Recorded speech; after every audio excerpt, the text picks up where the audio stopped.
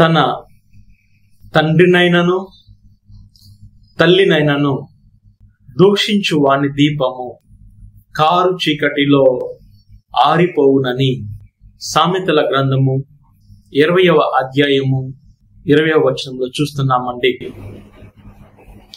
ప్రస్తుత ప్రపంచములో తల్లి తండ్రిని చూసేటువంటి వారు తక్కువైపోతున్నారు.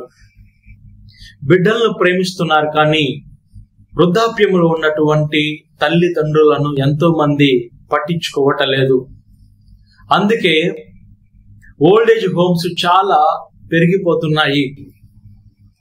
దైవ కుమారుడు ఈ లోకంలో 33 సంవత్సరాలు యేసు ప్రభు వారు జీవించారు. యేసు ప్రభు వారు సిలువ మీద ప్రాణములు విడిచేటప్పుడు కూడా ప్రభు యొక్క తల్లిని మరిచిపోవటం లేదండి.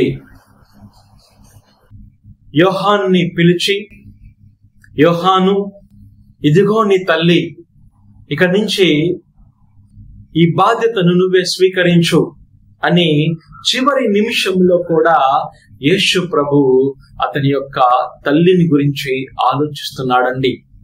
దైవ కుమారుడు తల్లికి తండ్రికి ఎంత విలువిచ్చాడో పరిశుద్ధ గ్రంథంలో మనం చూస్తున్నాం. తల్లిదండ్రుల యొక్క మాటను బట్టి యేసు ప్రభు ఈ లోకంలో జీవించాడని మనం చూస్తున్నాం. మన జీవితంలో మన తల్లిదండ్రులకు మనము విలువ ఇస్తున్నామా లేదా అని ఒక్కసారి ఆలోచించాలి. యేసు ప్రభు దైవ కుమారుడు తండ్రి యొక్క చిత్తాన్ని ఎల్లప్పుడూ నెరవేర్చడానికి ఆశపడినటువంటి దేవుడు ఈ లోకములో అతనికి ఇచ్చినటువంటి బాధ్యతలు కూడా నెరవేర్చాడు. ఒక మంచి కుమారుడిగా, ఒక వడ్రంగి పనిచేస్తూ అతని యొక్క తల్లిదండ్రిని సంతోష పెట్టాడు అని మన పరిశుద్ధ గ్రంథంలో చూస్తున్నామండి.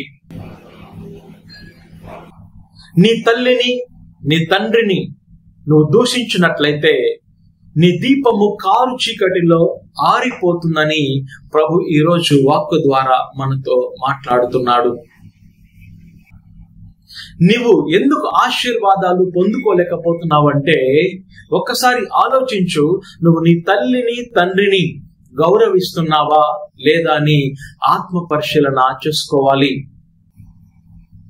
నువ్వు ఎంత తప్పించినా, ఆశీర్వాదాలు పొందుకోవాలని ప్రయత్నం చేసినా, నీ తల్లిని నీ తండ్రిని నువ్వు నిర్లక్ష్యం చేసినట్లయితే, వారికి చేయవలసినటువంటి వాటిని నువ్వు చేయనట్లయితే దేవుని యొక్క ఆశీర్వాదాలు నువ్వు పొందుకోలేవండి. దేవుడిచ్చినటువంటి సినాయి పర్వతము మీద యెహోవా దేవుడు మోషే ప్రవక్తకు 10 ఆజ్ఞలు ఇచ్చాడు.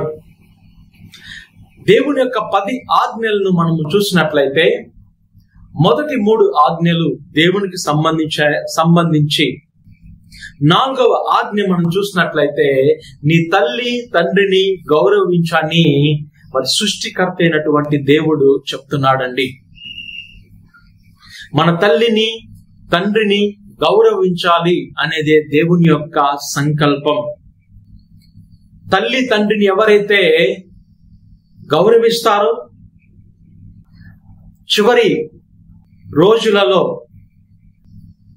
ఎవరైతే వారి యొక్క తల్లిదండ్రిని బాగా చూసుకుంటారో వారు గొప్పవారు అవుతారు అని ప్రభువు వాక్కు ద్వారా మనతో మాట్లాడుతున్నాడండి. ఎంతో మంది యొక్క సత్యాన్ని మర్చిపోతున్నారు.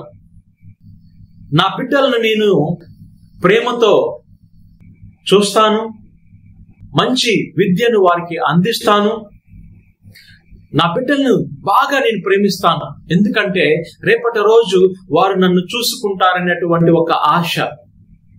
తల్లిదండ్రులు బిడ్డలను బాగా ప్రేమిస్తున్నారు, మరి వారి యొక్క తల్లిదండ్రులను వారు ప్రేమించటంలో వారు విఫలమవుతున్నారు. బిడ్డల్ని ప్రేమిస్తున్నాం, కానీ వృద్ధాప్యంలో ఉన్నటువంటి మన యొక్క తల్లిదండ్రులను మనము ప్రేమించలేకపోతున్నాం. అందుకే దేవుడి నుంచి వచ్చే ఆశీర్వాదములను మనము కోల్పోతున్నాం.